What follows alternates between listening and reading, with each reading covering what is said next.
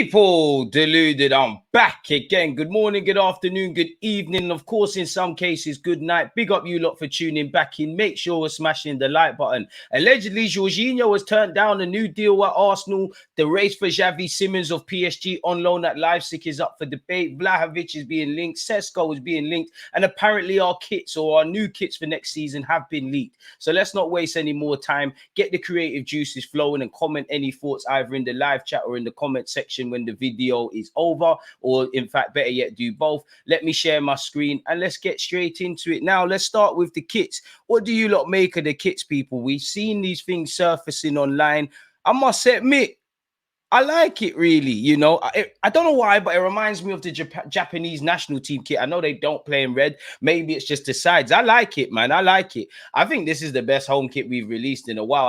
I actually don't like the home kit we're wearing this season, if I'm honest with you. And I think the best kit of recent years would probably be the black kit we had last year. But Adidas has definitely been a lot better for us than, you know, in my opinion, than when we had Puma. Those kits could at last. Let me know your thoughts on the kit. I can't lie, it looks wavy. I can mess with the home kit. Again, when it actually comes out, we'll have to see, but I can mess with that. In terms of our away kit, I'm not a fan, man. What's all of that? It looks like a cricket kit. You know, I don't know, man. It looks like we've tried to mimic a cricket kit slash Ajax's, you know, Bob Marley tribute kit. I'm not really with that one, if I'm honest with you. Now, I always have these thoughts, people. I don't think whenever we bring out free kits and the third shirt ain't been released, I'm always convinced. I think that is one of those that will grow on me when I get it physically and do the reviews for you lot and things like that. I'm not really a fan of that, man. I don't like the things on the shoulders. I don't think it's terrible. It's mainly just a shoulder thing for me, people. It's mainly just the shoulders. I don't think the green thing is necessarily the best. Obviously, Fly Emirates and the Cannon, you can't go bad with that. I'm gonna buy it, but I hope that's a fake one. I hope there's tweaks to it. I'm not really a fan of that. So I'm not really a fan of the alleged away shirt. I am a fan of this one, so it is what it is. Now, apparently, Juventus are ahead in the race to sign Bologna sensation Joshua Zirkzee, and rumours of Thiago Motta going to Juventus is probably what gives fuel to that fire, as said there, people. Apparently, Juventus are ahead of both AC and Inter Milan for Zirkzee, who's also been linked with us, and I've said it before. His goal scoring record is mediocre, but when you actually watch him, the playmaking, all the other facets of a striker, there's a lot to like about the young Dutchman who's finding his feet at Bologna after, you know, struggling on a couple of loans. Very difficult to break through at Bayern Munich, who still have a buy clause, people. So naturally, the merry-go-round keeps going, people. And Juventus's Vlahovic has been linked with Arsenal previously. We was once linked with him before. He took us around the houses and remained in Italy and signed for Juventus. There's always some contract stuff with him in Juventus, so you have to tread carefully where these rumors are concerned. But apparently, according to Give Me Sport, Juventus are prepared to accept a fee of around 65 million euros for Vlahovic this summer, which equates to about 50 odd. Now, let me know your thoughts. I know a lot of you Arsenal fans have said, you know what, he's burned us once, forget it. And I hear that. I agree with that. For me, I must admit, I would still be on it because Mikel Arteta aggressively went after him. He's in his mid-20s, so there's a lot of upside. And for what, 65 million euros, that's about 50 odd million quid. When you look at some of the strikers we've been linked with, that could quote unquote be affordable. Now, again, rumors and actually what's going on, I actually don't think Arsenal are that hot on the Vlahovic case. I think with obviously, now I'm starting to believe better yet, with Kai Havertz's form, are we going to sign a Zirkzee, a Sesko, a kind of plan B, project T kind of striker that can get game time and be rotated out? And I guess with the project, I'm for that and I'm not against it. As I've said, I'm quite fluid in what I would want from a striker. But with us flirting with Premier League glory and getting to the quarterfinals of the champs, and naturally us Arsenal fans, we want to, as impossible as it is to beat City, you want to win a Prem, you want to win a champs. For me, the FA Cups, we need to start collecting them again.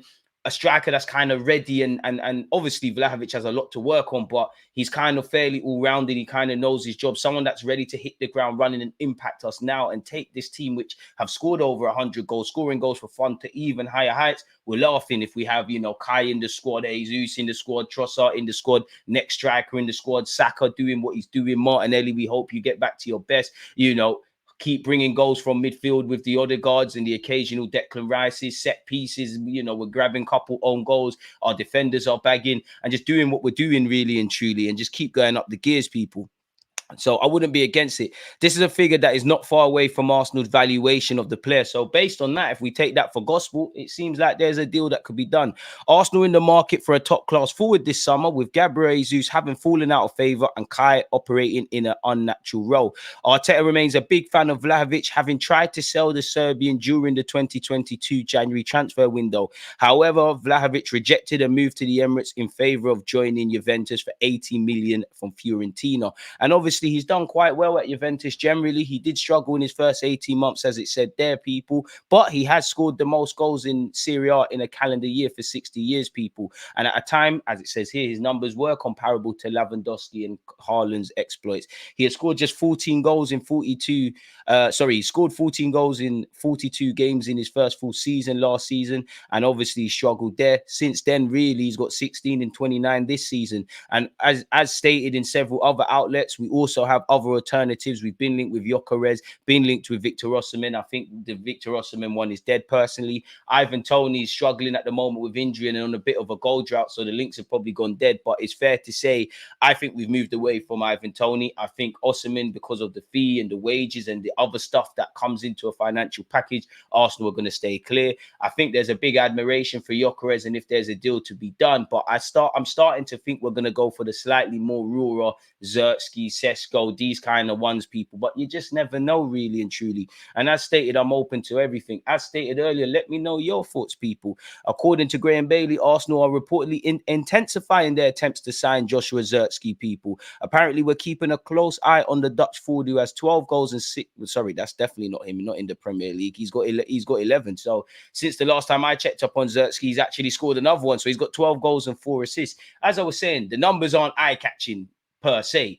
But I think at 20 years of age, I think 20, 21, 22, whatever, early 20s, I think there's a real potential for Arteta to get something. I don't know if it'll impact the team from the moment of signing, but I think he could grow within this squad. And for me, when I think of Zertsky, I think of playmaking. He really is good at, bringing other people into play, link-up play, technical ability, very skillful, very much the modern-day striker. And again, if you can help him in front of goal, then, take a chance. And we're laughing and we've got a striker for years to come, if I'm completely honest. So it all depends where you read. We need to allegedly pay around 50 million for him. We need to remember Bayern Munich have a buyback clause and probably a sell-on clause. And he's been linked with AC, Inter, Juventus, and probably a bunch of other clubs, really. So we'll have to see exactly what's going on there. Keeping up the theme indirectly with Italy, Jorginho. Now, he has an option to extend his contract at Arsenal. Apparently, previous reports have stated we want to give him a new deal. His agent has not played down staying at Arsenal, but not necessarily talked down going anywhere. And Jorginho's been a good player for us, done good things at Chelsea, won stuff for his country, had a great career, done his thing at Napoli. Careers are short, so if he wants to go back to Italy, get a payday in Saudi, go back to Brazil or stay at Arsenal, then he reserves the right to do what he wants. I think in a good way, not that I want Jorginho to go or Partey to go, but cynically, I think it would force our football club, beyond the obvious, because I think we will address midfield. I think it will force our football club to get that long-term partner for Declan Rice in that pivot and complete that holy trinity of Martin Odegaard, Declan Rice, what could have been Partey and what is Partey at the moment, but that kind of new guy. I'd like 2 central midfielders because I want a midfielder that's an 8 that transforms our starting 11. And I think if you could get a cut price little number 6 that could save Declan Rice's legs, maybe come off the bench for him and give us greater options, I'd be all for that as well. Allegedly, Jorginho is keen on a move to Juventus and he is very interested, it says here, but I think they mean interested in playing in Serie A. He could yet win the Prem with Arsenal, fingers, everything crossed. Apparently, people... That's what's been reported. Apparently, this report has said that the Gunners do not seem keen on extending Jorginho's contract at the club as it's expiring this summer. Who knows? Because, a few weeks ago, Partey was the one to depart. Now, with Partey being fit and Jorginho on the peripheral and these reports, Jorginho could be the one to leave. And to be fair with you, there's a reality both could leave and we bring 2 people in. I wouldn't necessarily want that because I think experience can be overrated, but it can never be overstated. I think the club would prefer to move Partey on because of his wages, but he's got another year left on his deal. He's got hefty wages. Arsenal apparently want 25 million. Put yourself in the buyer's shoes. Would you, as in terms of quality, 25 million for Thomas Partey, it's a no-brainer. But he's 31. Last season, he was fit for 40 appearances, but generally at Arsenal, he's been plagued by injuries. He's on big wages. You know, at the point in the summer, within 6 months from that, if you're a foreign club, you can get him to agree a deal to join you for free. Obviously, you know, Partey might be comfortable in London with the team, with the manager, with what Arsenal are doing. So I think it's tougher to move Partey on, but I think the club would prefer that. Ability has nothing to do with it, really. So we'll have to see. But this is said, Arsenal are not keen on extending his contract, which is in direct contrast to what we've seen reported. The midfielder believes that he is an important player right now, even at his age. While he accepts his backup role at Arsenal, he also feels he can do more in the last phase of his career. He wants to seek a return to Italy in the summer, and he has given availability to a move to Juventus. Juventus are waiting for the next 15 to 20 days to know whether Arsenal will truly exercise their option to extend the deal or not. If he doesn't, the midfielder's candidacy will be submitted to the next manager, who is expected to be Thiago Motta, and he'll make a decision about whether the player should be signed or not. And again, that was the primary thing. And to be honest, until Arsenal either get him to sign a new deal outright, because I think there's many reasons to keep him, extend his option, we're going to keep seeing rumors of this ilk, people. Fabrizio Romano has said he understands Xavi Simons will decide his future with PSG before the Euros. RB Leipzig would be happy to keep him on loan, but all possibilities are open, including staying at Paris Saint-Germain. Now, I think PSG would be stupid to entertain anything other than keeping him. This man's a gem. I want him at Arsenal Football Club. In fact, people, if I can find it, again, I'm putting myself under pressure. Chelsea are apparently discussing buying him or getting him on loan. And to be fair with you, Barcelona have also been linked, which is a former club. Would love him at the carpet. We've seen him firsthand at the Emirates, or when we was in the Europa League, what he could do. Gone from strength to strength at Leipzig. Can play central midfield, can play in the 10, can play out wide. Blessed technically, lovely passing range, good temperament, lovely technical level, as you'd imagine a Dutch player that's been trained at Barcelona would have. You know, and at 21 years of age, he fits into what we're doing. Bring him to the carpet. He's also allegedly attracting links from Arsenal for what it's worth, but you have to tread carefully based on the fact that it's come from Germany. So I don't know where we're at with that, but bring him to the club. Timber's obviously, you know, got 45 minutes against Blackburn Rovers under 21s and scored a banger. He got 70 minutes in the game against Liverpool, people, and you hope he's about for the Bournemouth game and the Everton game towards what's left of our season. His injury and Thomas Partey's injuries really put a spanner in our works, because I think our team's been good. We've coped with injuries. We've been getting results. We're going from strength to strength. But I just wonder, a fit Thomas Partey, Odegaard, Declan Rice, Timber in that inverted role, Benjamin White, Saliba, Gabriel, Raya with what they're doing off and on the ball, Bukayo, obviously Martinelli or whoever's on that left-hand side, with what you're seeing with Kai Havertz and the interchanging movement and all of that. I do think Timber and Partey injuries have robbed Arsenal of really what we could have seen Mikel Arteta's Arsenal would have been in his image. But apparently he's making good progress, which you want to see. He could be involved against Bournemouth in some capacity. Obviously, don't expect him to start. Him just being on the bench is progress. Would love to, you know, I don't think you can underrate Bournemouth, and that's for another video, but would love to bosh them 4-5-0. Give him 20, 30 plus minutes. But I'm just happy that he's on the recovery. So, yeah, big up Timber, man. He's doing his thing. Xavi apparently is staying at Barcelona, and he's keen on Barcelona signing Zubimendi from Sociedad. Now, we've been linked with Zubimendi, as you know. We've been round the houses with that. Every credible journalist has said that. We've got an interest in him, as well as Douglas Luiz and Gomares. But it seems like Zubimendi is the one. So he's linked with Arsenal, Barcelona, Bayern Munich, staying at Sociedad, etc. Really and truly, we're going to have to wait and see in that regards. But would bring him if it was up to me. We have been linked with Gurhi. Arsenal are considering a move for Mark Gurhi this summer, but they're not alone. Man United are also interested in the 23-year-old who has 9 caps for England and has been out since February. I like him a lot, but, you know, depending on what Palace are asking for with his asking price, again, big money players, it is what it is. But when we're linked with Diamande, De Ligt and Gurhi, they're going to cost as low as 50 million upwards.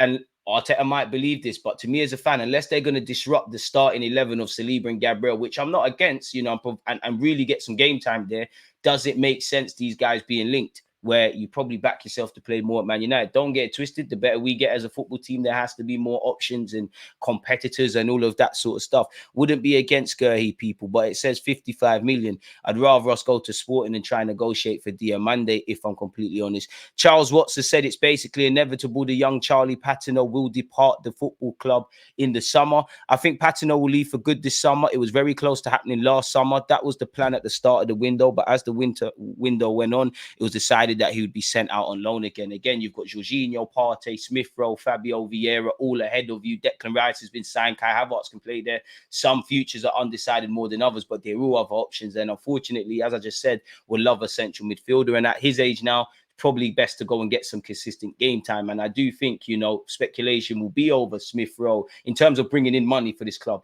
Smith Rowe, Jorginho, Thomas Partey, Lokonga, Tini, Tavares, and a bunch of others, Ramsdale, and Eddie Nketiah, Nelson, and a bunch of others. But I also think the club might say, Mika Beref, Charlie Patino, you lot have announced yourself to the senior game. Where striker and midfield is concerned, maybe, you know, it's just not going to happen. We've got the young Miles Lewis-Skelly and Ethan, younger prospects. The club is designed for players to progress to the first team, and you're seeing Saka captain us in the North London derby and bag. But if you can't progress to that, it might have to be the Joe Willock, it will be Balogun kind of thing, where we sell you, make our money, keep it moving, people. Talks are planned for the end of the season, and at the moment, unfortunately, he's in and out the Swansea team. But I'd be very surprised if Patino is still an Arsenal player when the summer window closes this time around. He'll still have 1 year left on his deal, and as far as I'm aware, a new one won't be signed. So it just feels inevitable that he'll leave on a permanent basis. I wish him all the best, man. He was one of the first footballers to give me a chance and do little interviews. He's such a nice guy on and off the field. And at least he can leave with his head held high. Man scored on his debut. He made his debut. He's not part of Arsenal's first team, but you've graduated from the academy. So it's a success in that regard. It'll be a shame because he's a big talent who has been linked with Roma and Juventus. And maybe he could have been managed a bit better. Arteta once said we need to slow cook him. There did feel like there was an opportunity to give him a bit more game time, or at least have him around the squad a bit more to see how he could have handled the step up. The decision not to take him on tour in 2022 was a strange one in my eyes. I'm not sure things ever really recovered from that. He's had a couple of years of championship football since then with Blackpool and Swansea, and things haven't always gone smoothly for him on those loans. Such is life, but they would have been great learning experiences for him, better than sitting in the academy and playing with the 21s. And he's clocked up a lot of playing time at a high standard, so the time feels right this summer for him to move on and really try to kickstart his career. I think that's fair comments from Mr. Charles. Gabriel, as we know, is in discussions to sign a new deal, and he actually had an Everton medical before he signed for Arsenal Football Club. Such is life, people. Vlahovic, once again, is continuously being linked with Arsenal in several outlets. Apparently, Sesko and Zertsky are pointed as Vlahovic alternatives. Now, obviously, a lot of what I'm about to say is in line with Kai Havertz's form, but could it be a Zertsky and Sesko thing as opposed to a blockbuster kind of name, established kind of striker like Vlahovic? Once again, don't forget to comment your thoughts and smash the like button. Apparently, Arsenal have earmarked Sesko and Bologna's Joshua Zertsky as potential alternatives, people. So we'll have to see exactly how that one there develops. What's this, people? Arsenal have been linked with the Barcelona youngster Brian Farinas. I've never seen him like that. If he's played in the youth league, he hasn't caught my attention. He's impressed for the under-19s this season, people. He's drawing interest from Borussia Dortmund. He joined Barcelona from Villarreal. His contract is set to expire next summer. So if it could be a cut price guy that could progress to the first team where we can make some money on him, get it done, in my opinion, people. Arsenal have been linked with Monaco's Fofana. I'm a big fan of him. Clearly, you can see I'm a big fan of everyone, people, as he'll have a year left on his deal in the summer, people. And I have covered this before. Check out the rest of the videos. But he has apparently refused to rule out a move away from Monaco in the summer. AC Milan, Atletico Madrid, PSG, as well as Arsenal, and probably a bunch of other clubs have been linked. The man himself has said he will allow me to finish the season, when speaking about Monaco's sporting director. So there aren't many things in my head. And then if I go to the Euros with the French national team, we will speak about it upon my return. We haven't dwelt on it. Apparently, he's valued at 26 million. Get it done, really. You know, that's not a lot of money. Qualification for the Champions League could be important. As I said, we haven't dwelt on it. We'll see what happens when we come back for pre-season. He'll have a year left on his deal, so we'll have to see. You'd imagine he does go and play with his country in the Euros. Dean Jones of Give Me Sport has been speaking about Bruno Gomares. I really do think whether Bruno Gomares moves or not is not going to come down to the player. With clubs the size of Arsenal, Manchester City, and PSG showing interest, you have to believe one of them will turn that into a concrete offer, which I think it will be the other clubs. Obviously, Newcastle will not want to sell him, and Eddie Howe said such, but there have been hints of financial pressure, and it could be that once an offer does land, the player's head is turned. The prospect of Champions League football, which he played technically this season before Newcastle went out the group stages, and pushing to win trophies is an ambition at Newcastle. But if he left to join any of Arsenal, City, or PSG, he could be doing those things next season. This would be a really interesting story of the summer. I think it's between PSG and City. I actually think PSG probably prize him because I think they'll be more aggressive in their pursuit of him. City have shown they'll walk away from deals if they feel the player won't sign or it doesn't make sense, really. So I don't know. I would love him at Arsenal, but I think it's a myth. Obviously, people, you would have seen Sesko's agent. I don't know why the picture's not there, but Sesko's agent was at the Emirates recently to watch one of our games. Once again, Arsenal have opened talks to commit Big Gabriel to a new contract. The 26-year-old has 18 months left on his deal, 2 years better yet, and it's well deserved that he signs a new deal. One of our most important players. And, you know, again, once upon a time at Arsenal, there was only if I said player of the season, we would not, there's only one guy really, and it was Saka, or it would be Alexis or Ozil. Ozil not really, but Alexis. Now, if you say player of the season, you could say Saka, you could say Declan Rice. Kai Havertz has probably thrown his hat into the ring, the two centre-backs with Saliba and Gabriel. You can't diss Benjamin White either. He's there. There's a lot of players. Gabriel's at the forefront of that, and he's one of Mikel Arteta's most important signings. You know, we've improved defensively across the pitch. Gabriel reflects that. He's got better year in, year out. Still some teething moments, but I think he's become more of a leader, shown higher levels of consistency, cut out the dumb mistakes, channeled that fire that makes him Gabriel, but keeps more of a cooler head, you know, relish the prospect against big centre-halves. And obviously, in terms of our progressive play from Raya to Gabriel to probably Declan Rice / Partey at the point, and obviously Odegaard, and pull it in the back of the net. These are linchpins in a Mikel Arteta system, so he deserves that. And big up the club where you look at Martinelli, Saka, Saliba, Tomiyasu, Benjamin White. Ramsdale got done dirty, but Ramsdale, and I'm probably missing a bunch of other players out, people that we've been very proactive with committing people to new deals. Young Ethan as well.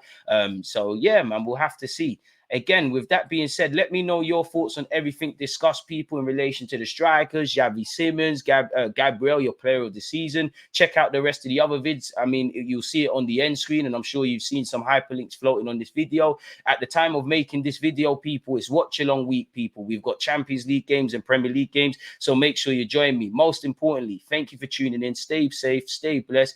Peace.